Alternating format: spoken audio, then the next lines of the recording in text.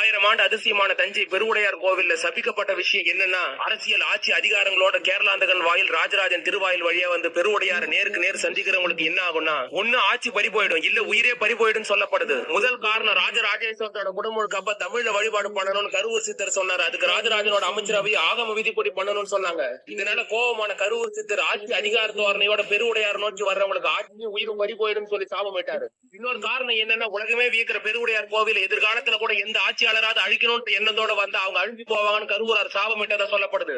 1984 பெரிய கோவிலுக்கு பிரதமர் இந்திரா காந்தி எம்ஜிஆர் வந்தாங்க. அந்த வருஷமே இந்திரா காந்தி சுட்டுக் கொல்லப்பட்டாங்க. அதுக்கப்புறம் எம்ஜிஆர் நோய்வாய்ப்பட்டு இறந்தாரு. இந்த சம்பவத்தால தான் 1000வது ஆண்டு விழாவில் கூட கலைஞர் கருணாநிதி கோவிலோட பக்கவாட்டுல இருக்க குபேர வாசல் வழியா கோவிலுக்குள்ள வந்ததா சொல்லப்படுது. கோவிலோட சாபம் தான் காரணம்னு சொல்றாங்க. இந்த சாபத்தால தான் முதலமைச்சர்ல இருந்து பிரதமர் வரைக்கும் பெரிய கோவிலுக்குள்ள வர தயங்குறாங்கன்னு சொல்லப்படுது. இந்த நிகழ்வுகள் எல்லாம் கட்டுக்காட்டியா உண்மையான நீங்க என்ன நினைக்கிறீங்கன்றத கமெண்ட்ல சொல்லுங்க.